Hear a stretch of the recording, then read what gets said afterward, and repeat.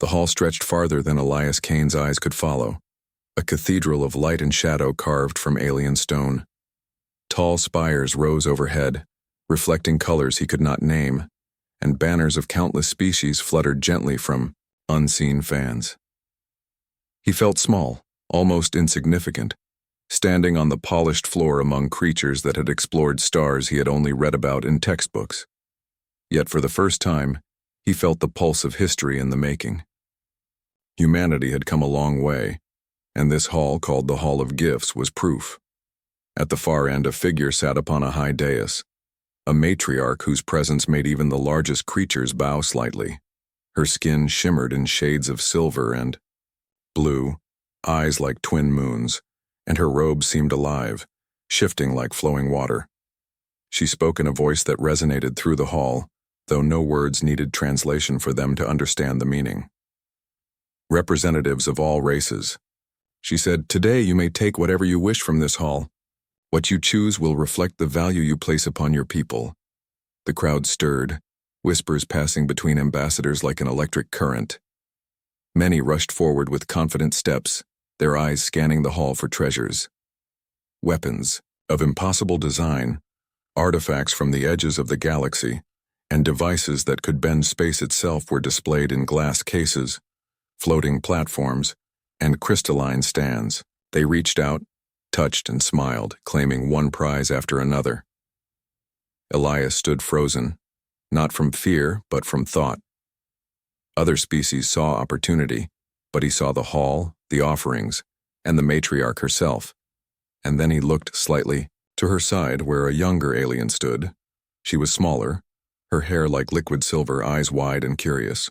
Something about her drew him, not just because of her beauty or nobility, but because she radiated a presence of intellect and spirit, as though she had seen the universe as he had never dreamed. The line of humans was short. Elias was the last. Others had already chosen. The creatures around him eyed him with thinly veiled amusement. Humanity had never been known for wealth or power, and some snickered at the thought that a human could even grasp the importance of the hall. When it was his turn, Elias walked forward slowly, each step echoing in the massive chamber. He did not glance at the shining devices or the floating artifacts. Instead, he paused and turned his gaze to the young alien. His hand lifted, fingers steady, and he pointed at her. The hall fell silent. A stillness heavier than the polished stone pressed down on every being present. Even the matriarch's own expression flickered with surprise. Whispers turned to gasps, then vanished entirely. No one had ever done such a thing. "Explain yourself, human," the matriarch said finally, her voice calm but sharp. The crowd leaned forward, curious, fearful, and skeptical all at once. Elias swallowed, the weight of every eye upon him pressing like gravity. "I ask for her," he said simply, "because she is what I value most." Murmurs erupted immediately. "Preposterous," one voice shouted. "How dare a human select a being instead of a treasure?" Another hissed, "He is insane, or arrogant." The matriarch raised her hand, silencing them. Her eyes, bright and unreadable, studied Elias. "You point at my daughter," she said. "You are aware of the consequences of such a choice?" Elias nodded. "Yes. But humanity does not value objects. We survive because of what we hold in our hearts: loyalty, courage, compassion. I see those qualities in her. That is why I choose her." The young alien, Cernea, flinched slightly but did not move. She had never been addressed in such a manner. Normally, others would request her hand in a ritualistic gesture of allegiance or claim her as part of political maneuvering. But this, human, small, frail in comparison to most species and untested in the ways of the galaxy, had done something utterly unexpected. He had recognized her as a person, not a prize. The matriarch's lips curved into the faintest smile, a gesture so subtle that most would have missed it. "And what will you do if your request is denied?" she asked. Elias looked around the hall, feeling the weight of judgment from every species. He knew he could not rely on strength or wealth. He had only honesty and courage. Then I will accept it, he said. But I hope you will see the value in humanity's way, the way we honor life, not possessions. A moment passed. The hall remained silent, filled only with the sound of Elias's steady breathing and the faint hum of alien technology. For the first time, humans were not considered weak, foolish, or insignificant. All eyes were on him, waiting for the matriarch's decision. The young alien's eyes met his, a flicker of curiosity and something deeper, a hint of respect or perhaps surprise. She had never seen anyone act with such simplicity and certainty, and in that silence, Elias knew the stakes were far higher than any treasure he could have taken. What he had asked for was not a prize. It was a test of everything humanity could offer to the galaxy. The matriarch finally spoke again, her voice carrying the weight of countless generations. Very well, human. You have chosen her. But your choice is only the beginning. You must prove that humanity is worthy, and that you understand the responsibility of taking someone's trust and allegiance. Elias nodded, feeling a thrill run through him. The trial had begun, and the Hall of Gifts, which had seemed like a place of wonder, now felt like the stage of destiny. He did not yet know how dangerous or difficult the coming tests would be, but he understood one truth clearly. Humanity was about to be seen in a new light. The hall remained still, the echoes of Elias Kane's choice lingering like a heartbeat that refused to fade. Creatures of every shape and size stared at him, their expressions a mixture of disbelief, amusement, and anger. Some of the taller species leaned toward each other, whispering in harsh clicks and hisses. Others simply shook their heads, unable to comprehend why a human would select a being instead of the treasures of the hall. Preposterous, a burly warrior from the planet Krath 5 shouted, slamming a metallic fist against the polished floor. He dares to claim an alien princess as if she were a prize. This is an insult to all of us. Elias remained calm, his gaze steady on the young alien, Cernea, who still stood quietly to the side. He could feel the weight of centuries of expectation pressing on him from every corner of the room, yet he did not flinch. Humans had always survived against impossible odds, and he knew that now, more than ever, his resolve would be tested. The matriarch's voice rang out, sharp and controlled, cutting through the growing uproar. Silence. The sound carried, like a ripple across water. This human has chosen not an object, not wealth, not power. He has chosen a person. That is a challenge to you all, yes, but also a question. What is the value of a life? What is the measure of courage? The murmurs softened slightly, though the tension in the room did not abate. Many had come expecting a contest of skill, strength, or wealth. They had expected a human to be timid, foolish, or weak. Instead, they saw a human who understood something beyond their experience. A human who valued connection over possession. Cernea blinked, her eyes wide, and for a moment, Elias thought she might retreat behind her mother's protection. But she did not. She watched him with a mixture of surprise and curiosity, as if she were trying to read the human mind. In all her years among the most powerful beings in the galaxy, she had never encountered anyone like him. Human. The matriarch continued, her eyes narrowing. Do you understand the gravity of your choice? You point at my daughter as if she is a token. Do you not fear the consequences? Elias swallowed. He could feel the eyes of the galaxy upon him, but he did not falter. I understand, he said clearly. I do not see her as a token. I see someone I respect, someone whose courage and wisdom I admire. If I am to take anything from this hall, it will not be an object. It will be the trust of someone who is truly remarkable. A ripple of shock went through the hall. The older aliens, accustomed to ego and power, had never heard words like these spoken with such sincerity. Many did not know how to react. The murmurs shifted from anger to incredulity, and some even leaned closer, curious about what would happen next. The matriarch's eyes flicked to her daughter. Cernea, she said softly, do you understand the choice he makes? He asks not for treasure, but for you. Cernea's lips parted slightly, but she said nothing. Her mind raced. She had grown up shielded from such boldness. Every species that had ever approached her had sought influence, wealth, or political gain. But this human, small, frail compared to the other challengers, stood before her without arrogance. There was no threat in his eyes, only honesty. The hall shifted as the matriarch spoke again. If you wish to take her, human, you must prove the worth of your people. Actions, not words, will determine whether your choice is valid. The trials will be set. You will face tests of intelligence, courage, and character. Only then will it be decided whether this selection is justified. Elias nodded. I accept, he said simply. I do not claim to be worthy, but I will do my best. Humanity is not defined by our strength alone. We survive because of our will, our ability to adapt, and our compassion. I will show that we are worthy. A ripple of whispers traveled through the hall again.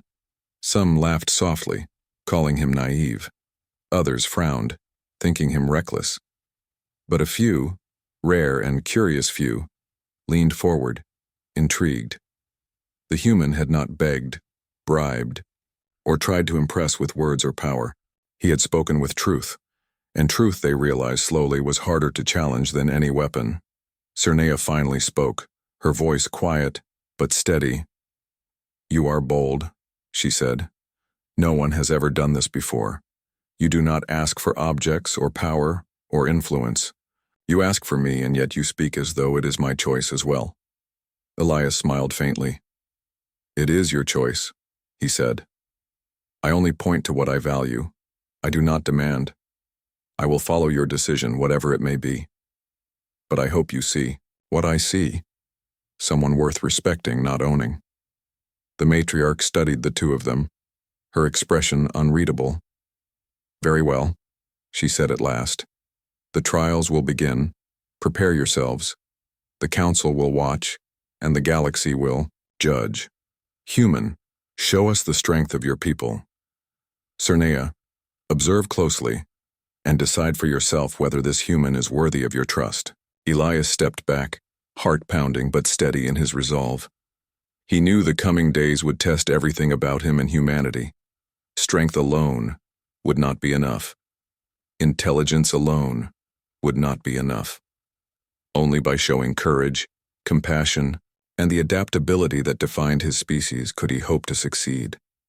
And somewhere deep in the hall, Cernea's eyes softened, a spark of curiosity and perhaps admiration forming. The trial had not yet begun, but already the story of the human who dared to choose a person over power was spreading like fire through the audience. For the first time, humanity was not merely present in the galaxy, they were noticed. And in Ma'idin Mawina, the silence that followed, Elias knew that this was only the beginning. The first trial was set in a chamber that seemed to stretch endlessly, lined with translucent walls that reflected countless stars beyond. The hall was quiet, but the tension was thick. Delegates from dozens of worlds filled the upper balconies, watching the human prepare to face the most feared challenge of all, the trial of intellect. Here, words and thought alone could win or destroy a life. Strength and weapons were useless. Elias Kane stepped forward, carrying only a small datapad from Earth and the confidence of a species that had survived against impossible odds. He faced the alien scholars, beings whose minds were trained for thousands of years to debate, strategize, and manipulate the truths of the galaxy. They had been expecting arrogance, perhaps ignorance from the human, but what they did not expect was calm. Elias's eyes met theirs without fear, and the murmurs among the spectators grew louder. The first scholar, a tall serpentine creature with scales that shimmered like molten silver, hissed in challenge. Human, explain why your species deserves recognition among the council. What proof do you offer of your worth? Speak quickly, for our patience is short. Elias swallowed, letting the enormity of the question settle in. He could have spoken of Earth's resources, the technological leaps humanity had made, or the wars they had survived, but he knew these alone were not proof of value. The alien mind valued depth, philosophy, and insight, not mere statistics. Our species is young, Elias began, his voice steady. We have not explored as far nor conquered as many worlds. But we have something rare. We survive not because we are the strongest or the fastest or the smartest in any conventional way. We survive because of our will, our ability to learn, and our compassion. When faced with impossible odds, humans adapt, cooperate, and protect what they hold dear. That is our value. A ripple of disbelief passed through the council. Many of the scholars whispered among themselves. One of them, a triangular-headed alien with dozens of small eyes, hissed, "Nonsense. Words alone cannot prove strength. Show us evidence." Elias nodded. "Evidence is in our history. We have faced extinction multiple times. We have survived natural disasters, wars, and invasions. We have built societies that value not just survival, but trust, loyalty, and innovation. And when we fail, we do not give up. We try again. That is the human way." The scholars exchanged glances, their expressions unreadable. They had expected bluster, ignorance, or fear. Instead, they saw clarity, courage, and sincerity. Some of the younger delegates shifted in their seats, intrigued by the human who spoke without arrogance yet without hesitation. The second scholar, a being with wings like liquid crystal, extended them gracefully.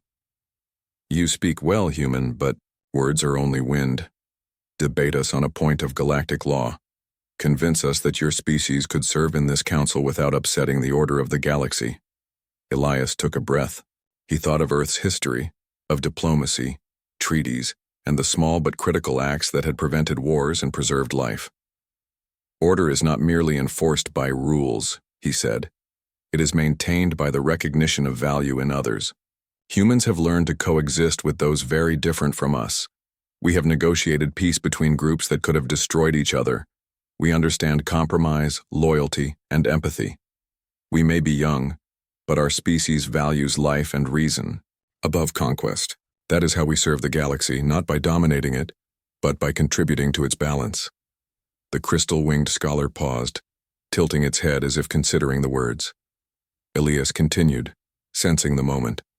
"And even now, I stand before you not to take treasure but to honor a life. This is a demonstration of our principles. We measure value not in wealth or weapons, but in the respect we give and the courage we show." The council chamber remained silent for a moment longer than seemed natural.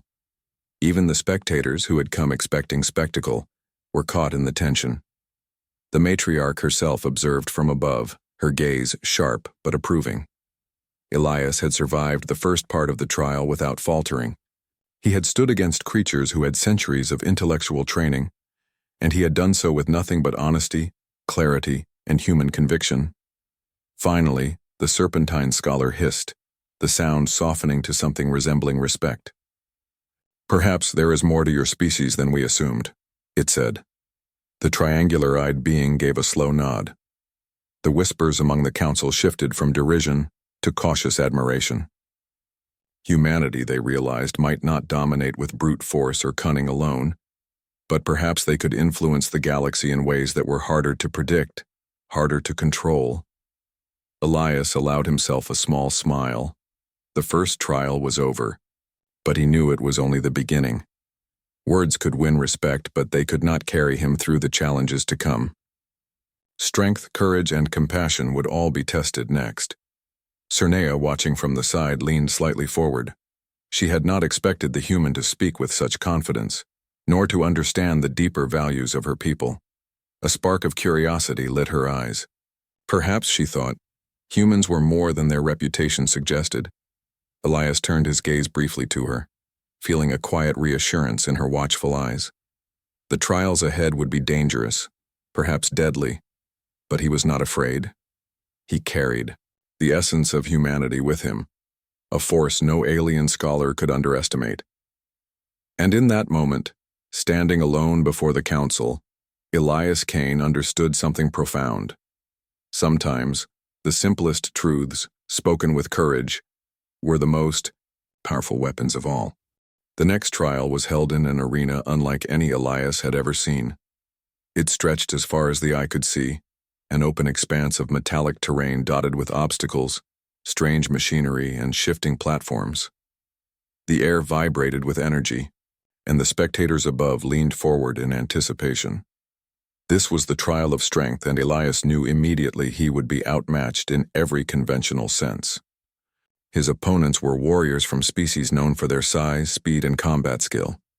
Creatures who could crush a human with a single strike or leap across distances he could barely imagine. Elias's heart pounded, but his mind remained clear.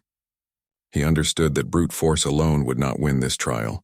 The same way humans had survived on Earth despite their small size, he would rely on ingenuity, adaptability, and quick thinking.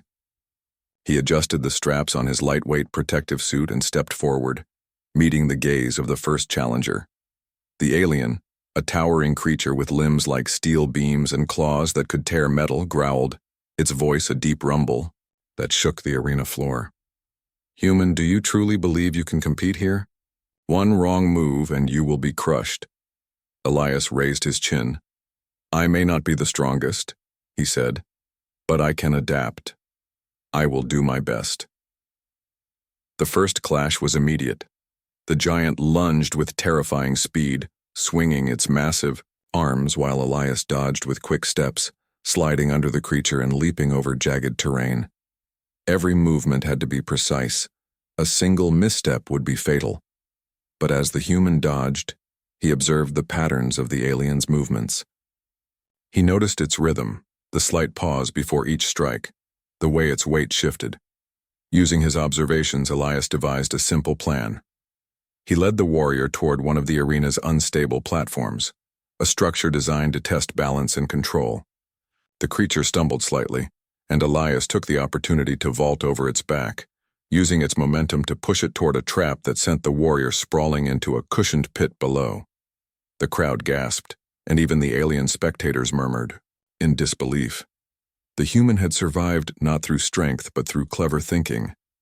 The second challenge was a coordinated duel. Two agile warriors approached simultaneously, fast and dangerous. Elias relied on speed, agility, and clever positioning, weaving through their attacks using levers and panels in the arena to create obstacles. At one point, he triggered a low-energy field that slowed the warriors just enough to give him a moment's advantage. He slipped past them, scoring points not by direct confrontation but by clever manipulation of the environment.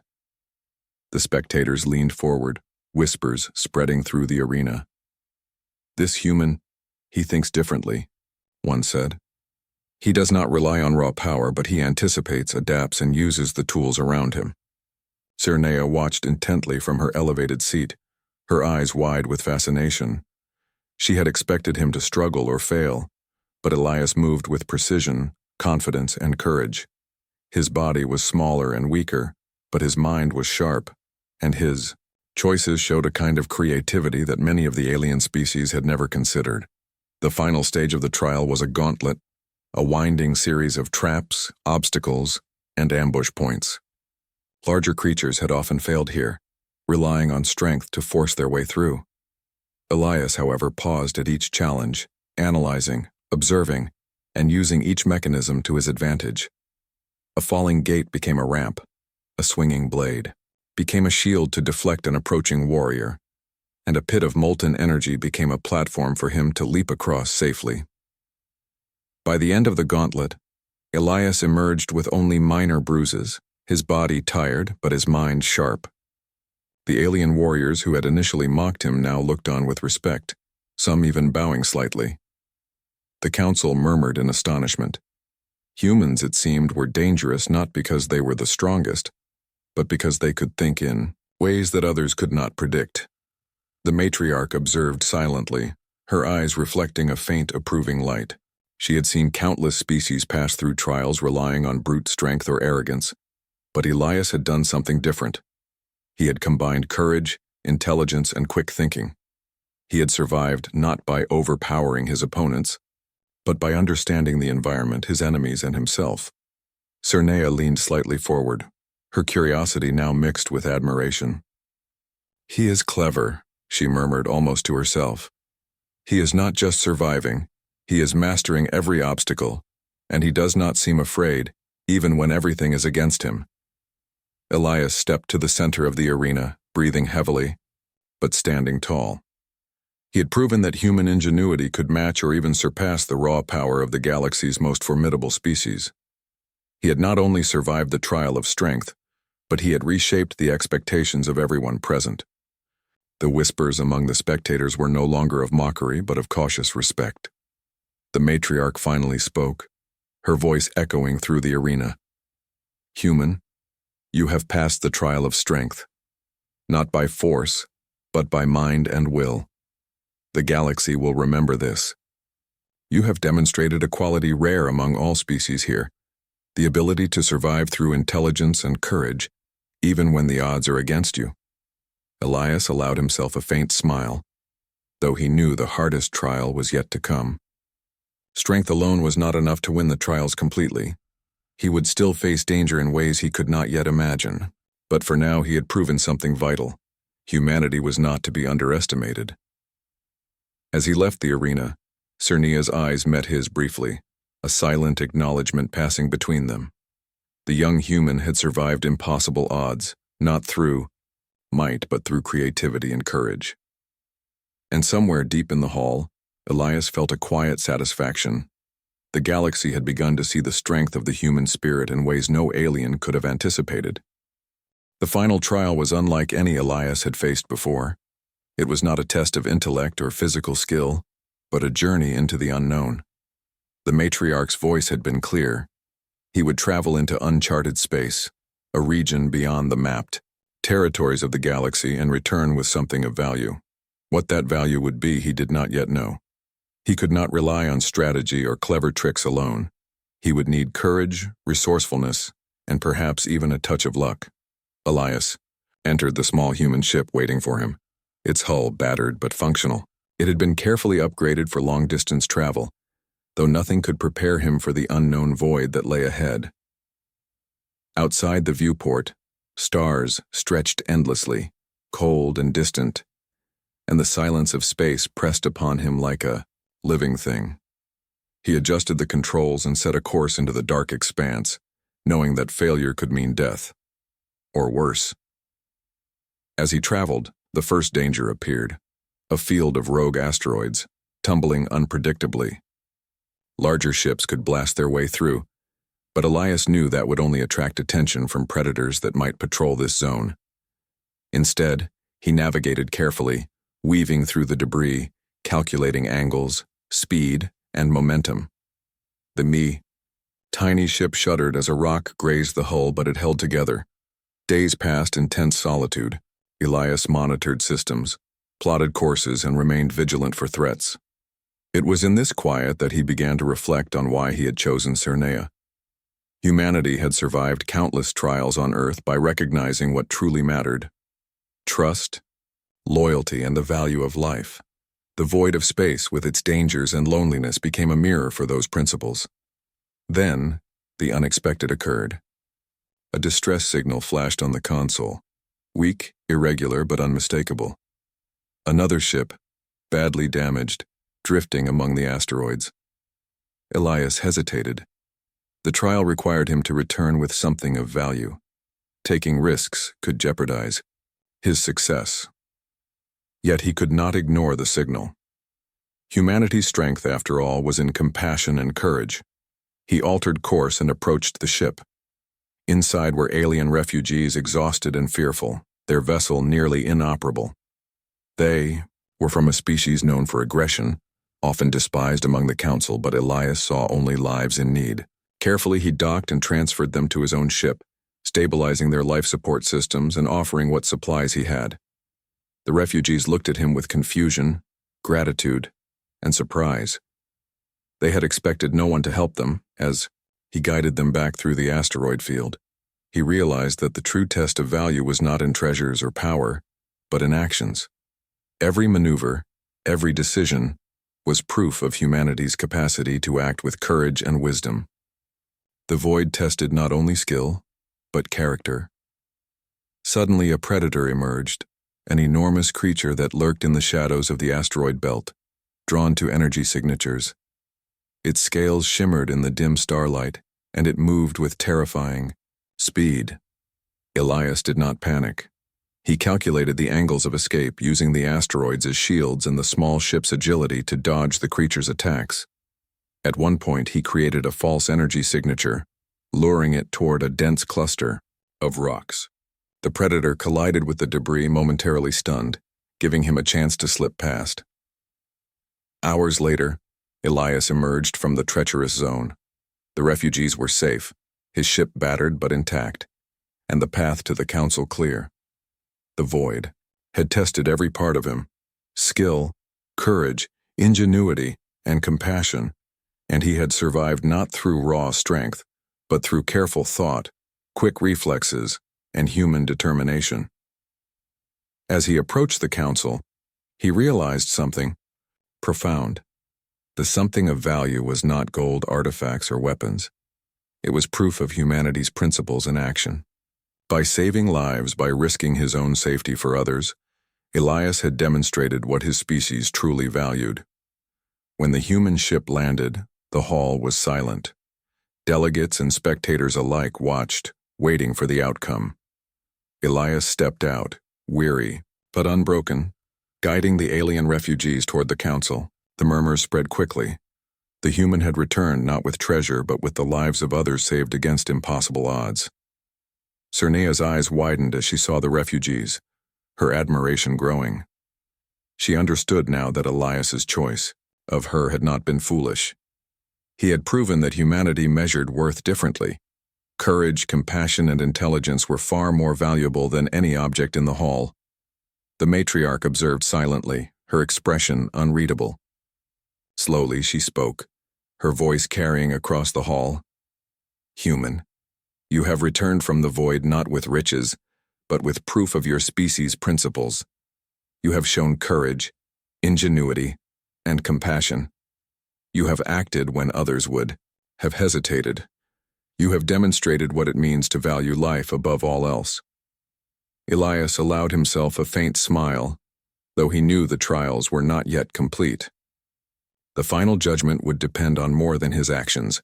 It would also depend on Cernea.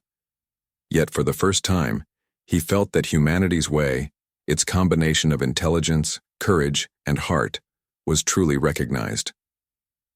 As the hall buzzed, with whispers the rescued aliens looked on with gratitude, and Cernea's gaze met his. In that silent exchange, Elias understood that the greatest victories were not measured in power or treasure, but in the choices one made when faced with the unknown. And in that moment, humanity's place in the galaxy had been affirmed, not by force but by the strength of character. The council chamber buzzed with murmurs as delegates discussed Elias Kane's return. Some praised him for his bravery, while others argued that his actions were reckless, a fluke, or even dangerous. Elias stood quietly, letting the debates swirl around him. He had faced the trials, survived the void, and proven humanity's courage and ingenuity. Yet he knew that recognition alone would not decide the matter. The final judgment depended on Cernea, and on whether she could see the human as someone worthy of trust and respect. The matriarch called the chamber to order, her voice cutting through the chatter like a blade. "Enough," she said. "We have observed the human in intellect, strength, and courage. He has returned from the void with lives saved. Yet the final decision rests with my daughter. She alone will determine whether this choice is acceptable." Cernea stepped forward, her silver hair glinting under the chamber lights. She looked at Elias, her expression thoughtful and uncertain. "I have observed you," she said softly, addressing both him and the council. "You did not seek treasures, power, or favor. You faced dangers that would have destroyed many, yet you acted with intelligence, courage, and compassion. You saved lives, even when it was not required of you. That is something I have never seen from anyone seeking my attention." A murmur of surprise ran through the council. Rarely had a royal addressed a human in such a way, acknowledging not just deeds, but the principles behind them. Cernea continued, her voice gaining strength. Your choice to risk everything for others, even strangers, shows a depth of character that cannot be measured in wealth or power. I see now that your value is not in what you take, but in how you act. You are not like the others. Elias nodded, feeling a mixture of relief and anticipation. I only sought to show what humanity stands for, he said.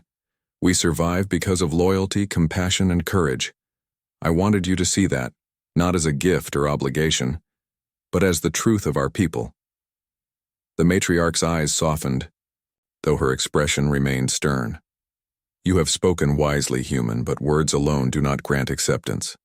The council has witnessed your actions, yet many still question whether humanity can be trusted among the stars. What say you to those who doubt your species? Elias turned to face the council. I cannot speak for all humans, he said honestly. We are flawed, as all species are, but we have the ability to rise above fear and selfishness, to act with reason and compassion even when it is hard. The trial I faced was not just mine. It was a test of what humans can achieve when we act with courage and heart. I have proven that our choices matter, that we can be trusted to value life and honor our word. The delegates whispered among themselves. Some nodded slowly, others remained skeptical, but a quiet respect began to spread. Elias had not boasted or made threats. He had only spoken truth. And truth, as the matriarch had said, was harder to challenge than weapons or wealth. Cernea stepped closer to Elias, her voice softening. I understand now why you chose me, she said. Not as a prize, not as a token of power, but because you recognized value in me as a person. That is rare. Most seek advantage, not understanding. You see, human, the difference is remarkable. Elias met her gaze, feeling the weight of her words. I only pointed because I saw someone worth respecting, he said, not to claim, not to possess. That choice and the trials that followed were about proving what humanity stands for. I wanted to show that the heart and mind together are stronger than any weapon or treasure. The matriarch studied them in silence, the weight of generations behind her. Finally she spoke, her tone measured and commanding. It is not my place to force bonds nor to decide who deserves trust or loyalty. That judgment belongs to Cernea. Yet I recognize that this human has shown qualities rare among your species. He has faced trials with courage, intellect, and compassion, and he has returned with honor. The council will note this, and your people will be remembered differently than before. Cernea took a deep breath, her eyes meeting Elias's again. I have made my decision, she said, her voice steady. I choose to honor the trust he has shown. His actions demonstrate the strength of his character, and I see now that humans have more to offer the galaxy than we imagined. I will accept him, not as a reward, but as a partner who has proven his worth through deeds and principles. The hall erupted into whispers, some incredulous, some impressed. A few delegates murmured to each other in disbelief. Never before had a human been granted such acknowledgement. Elias, though relieved, remained humble. He understood that this was not a victory of power, but of trust, respect, and courage. Humanity had not claimed domination. They had earned recognition through the qualities that made them strong in ways the galaxy could not yet fully measure. The matriarch finally nodded, a rare, approving gesture. So be it, she said. The human has proven that his species is worthy of trust, and the choice of my daughter is hers alone. Let this serve as a lesson to all. Courage, intellect, and compassion are more valuable than weapons, gold, or status. Let humanity be remembered for these qualities. Elias stepped forward, bowing slightly in acknowledgement of the matriarch's words. Cernea smiled, her expression reflecting both respect and curiosity. In that moment, the trials had ended, and yet something greater had begun. The recognition of humanity's place in the galaxy, not as a weak newcomer, but as a people capable of courage, compassion, and honor. As the hall settled into quiet awe, Elias realized the journey was far from over. He had survived the trials, earned recognition, and gained Cernea's trust. But the galaxy would continue to test humanity, And he would carry the lessons of this moment forward, knowing that courage and compassion were weapons no enemy could ever take from them. The hall was quiet now, the murmurs of the council fading into a respectful silence. Elias Kane stood beside Cernea, the young alien princess, feeling the weight of what had just transpired. The trials were over. The council had witnessed his courage and intelligence, and the void had tested every part of him. Humanity's place in the galaxy had been recognized, not by power, but by deeds, heart, and honor. The matriarch rose from her seat, her eyes glinting with the wisdom of countless ages. "Let it be known," she announced, her voice echoing through the hall, "that the human Elias Kane has proven the value of his species. Not through conquest, not through wealth, but through courage, intellect, and compassion. Let this day mark a new chapter in the galaxy's understanding of humanity." Delegates from countless worlds whispered among themselves. Some nodded with admiration. Others still appeared skeptical. But all knew that something had changed. A species once considered weak and insignificant now commanded respect. The ripple of Elias's actions would be remembered for generations. Cernea stepped closer to him, her eyes reflecting curiosity and warmth. "I did not expect this," she admitted softly, her voice just for him. "You faced challenges that would have crushed others, yet you endured. And you did not seek reward or glory. You acted with integrity even when it was hardest." Elias shook his head, a faint smile playing on his lips. "I only did what humans do. We face what comes before us, and we try to do right by others. Strength is not always in weapons or size. Sometimes it is in choice, in courage, and in compassion." She studied him for a long moment, then spoke again, her tone gentler, "And yet pointing at me in that hall, it took courage too. Not just to survive the trials, but to risk the opinion of every species in the galaxy. That is what drew my attention first." Elias nodded. "I did not point because I wanted to claim or control. I pointed because I recognized value. You are brave, intelligent, and wise. If I were to take anything from that hall, it should be someone who embodies qualities worth respecting, not a mere object." A small smile appeared on Cernea's face, and she extended her hand. "Then let us leave the hall together and let your actions speak for both our peoples. We will show that trust, courage, and understanding can unite even the most different of species." The hall, still silent, seemed to shift as delegates observed this quiet acknowledgement. Some species whispered in disbelief, others in admiration. Humans had never been known for audacity on such a scale. Yet here was a human who had dared to stand, choose with honesty, and act with integrity. The story would spread far beyond these walls. Elias took her hand, feeling the connection, not as a possession but as mutual respect. He understood that the galaxy would continue to challenge them, that future trials would test humanity's resolve again. Yet he felt a quiet certainty. Humanity's greatest strength was not in power or wealth, but in the way they faced challenges and honored life. As they moved toward the exit, delegates stepped aside, some bowing, some watching in awe. The matriarch gave a final nod of approval, her eyes softening. "Remember this day," she said. "The human has shown that a species can rise not by might, but by character. Let it guide you, as it has guided him." Outside the hall, the stars stretched endlessly, vast and bright. Elias and Cernea stepped onto the observation balcony, feeling the weight of the galaxy around them. Elias breathed deeply, the cold air of space brushing his face. "It is strange," he said softly, "how a single choice can change the way an entire galaxy sees you." Cernea nodded, her eyes on the distant constellations. "You did not just change their view of humans," she said. "You changed the way they will think about life, courage, and trust. That is more than any weapon or treasure could do." For the first time, Elias felt the full weight of what he had accomplished. He had survived intellectual, physical, and moral trials. He had saved lives, shown courage, and proven humanity's ingenuity. Yet, more importantly, he had done so with honor, integrity, and compassion. Humanity's place in the stars was no longer as outsiders. They were beings capable of greatness in ways that mattered most. Cernea squeezed his hand gently. "The trials are over, but our journey is just beginning," she said.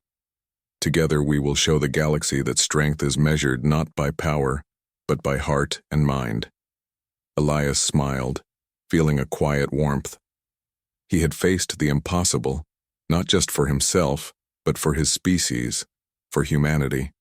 And now, walking beside Cernea, he knew that the legacy of courage, wisdom, and compassion would continue, carried forward by both of them.